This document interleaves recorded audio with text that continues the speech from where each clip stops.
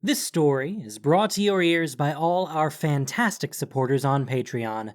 To get in the action yourself with bloopers, extras, and the occasional early story, join us at patreon.com/voiceofallmtg.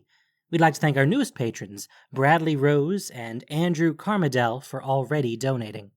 For more stories or just to chat, visit voiceofallmtg.com.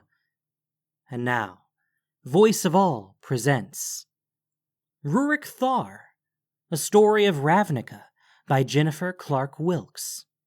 Ruric Thar is a massive, two-headed ogre, happily destroying armies and knocking over guild gates. Is there anything that can stop them?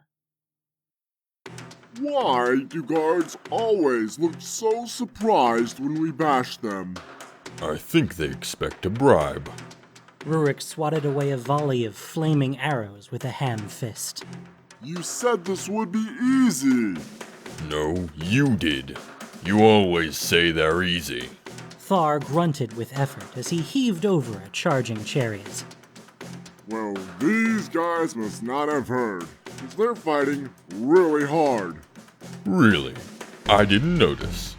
So, do you have a plan? Why me? You were always Mom's favorite, with her storytelling and mumblings and such. Didn't the old ones have an answer for everything? You leave Mom out of this. Anyway, didn't Dad teach you any fighting tricks? Or is his scab clan not so tough after all? A cluster of javelins bounced off the huge ogre's chest, one just missing the larger head. Oi, that was too close. We need to smash our way out of here. Oh, sure. That's your answer to everything. We need a strategy. Oh, what a big word. Did Mom teach you that? A wave of armored infantry slammed into Ruric Thar's towering form with a crash. For a few moments, the air was filled with hammering, yelling, and harsh breathing. Then a moment oddly silent. There's just too many of these Boros guys for us to get through. We can take them. What are you, chicken? Did someone say chicken? Did you say that? Why would I say that? I said that. Over here. Ruric and Thar each looked to one side, and then one head swiveled to search behind while the other bent down. Hey, there's a little guy behind us. What are you doing down there, little guy? Sneaking up on us, eh? We'll smash you into jam. You have jam too? Oh, maybe we can make a deal. A ragged goblin squeaked. A few plates of dented, scorched metal clung to its battered-looking form. Ruric guffawed and smashed aside another infantry strike with a massive hand axe. A little square like you? What are you gonna do that we can't do better? I might be little, but I got big ideas. Big. The runt puffed out its scrawny chest and spat a bloody gob. Anyway, doesn't look like you're winning. And you are? What sort of war plans do you cobble rats come up with? Overpowering the enemy with stink? Funny. Anyway, I know stuff. More than you, I bet. Yeah? So why are you stuck here instead of winning everything? Shut up. Thar punched a pair of war mastiffs. Yelps echoed through the plaza. Maybe this fella can help. Yeah, that's right. You should have more respect. We isn't discovered the maze after all. The goblin crossed its arms, looking as formidable as a 4-foot-tall, green, scrawny stinker can. So you're their maze runner? The goblin drooped. They pick someone else. But I can find the way as good as anyone. I just got sort of stuck here. And you need us to get you out. What's in it for us? Ruric scowled and then swatted away a flying wedge of shouting skyjacks, punctuating a nearby wall with bloody asterisks. Ugh! One of them got me. Squelch is the name. I was trying out this. My latest invention.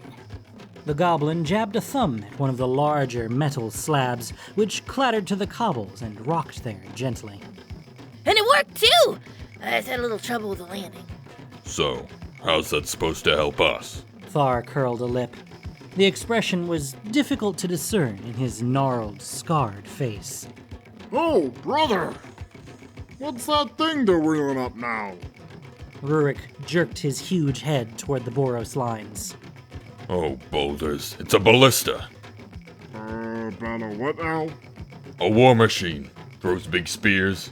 Big as trees. I'm not afraid of trees.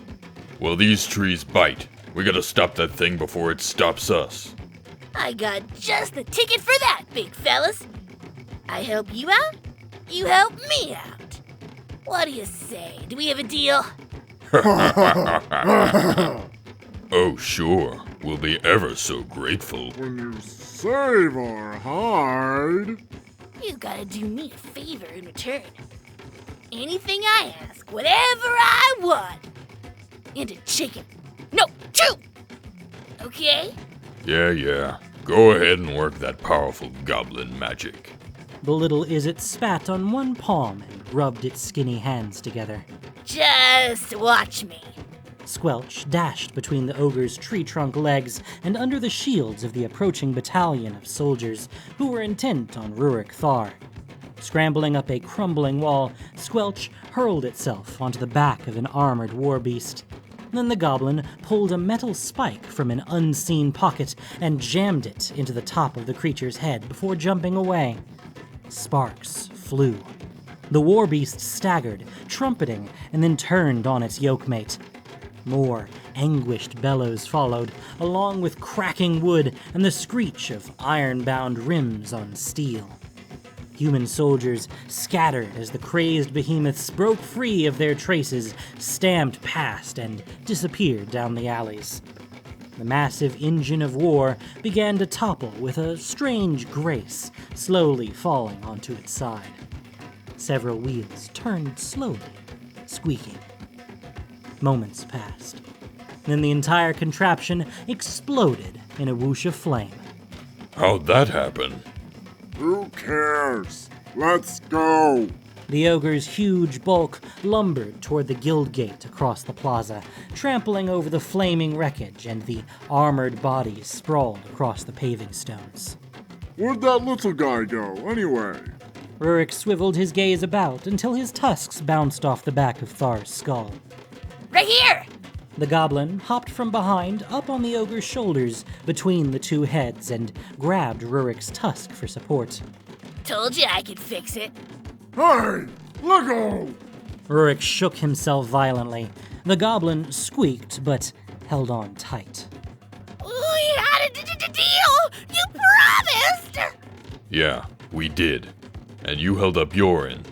Now we can check out this gate. You too, if you want. Sure, but that doesn't count as my favor. You got that for free. You still owe me. Yeah. Where are we gonna find a chicken around here? How many does that make now? Ruric counted off on meaty fingers. Let's see. 3 plus 2 and another one. He lifted his hand axe. So, 8? Something like that. 6! Gotta hit the right one soon. Then what are we gonna do? Same thing we always do. Smash! Then get the goodies. This is so much fun, you guys! Squelch piped up from his brand new riding basket, slung over the ogre's back. We're totally gonna beat all the other runners! How long we gotta carry this thing around with us? Till we win, of course. Hey, fellas, I was thinking, you could really use some improvements to that axe of yours. Oh, I got some ideas. Auto chopping action, maybe some different heads. Don't pay attention. Maybe it'll go away on its own. Ruric Thar trudged on. Hey, guys, you know, we make a really great team. Guys?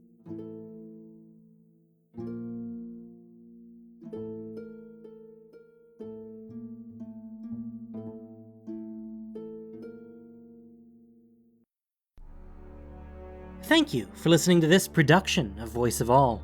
As listener-supported entertainment, we rely on you not just for the voices of the characters, but also to keep us going and growing. If you enjoyed what you heard, please support us by rating and reviewing us on iTunes, or following us on SoundCloud, Stitcher, and Google Podcasts, or just plain sharing with your friends. You can also support us financially on Patreon for exclusive perks. Ruric Thar was written by Jennifer Clark Wilkes. The podcast was produced and edited by Gendo Okeshi, with sound editing by Grace Noir. This week's story featured the voice talents of Connor John, Adam Stevens, and Ash Thurman. Voice of All is unofficial fan content, permitted under the Wizards of the Coast fan content policy. Magic the Gathering is copyright Wizards of the Coast. And hey, if you're still listening, go find us on Twitter at VoiceOfAllMTG, and send me an emoji of a banana. Why not? Just to let me know that you're listening all the way. Y'all have a great day.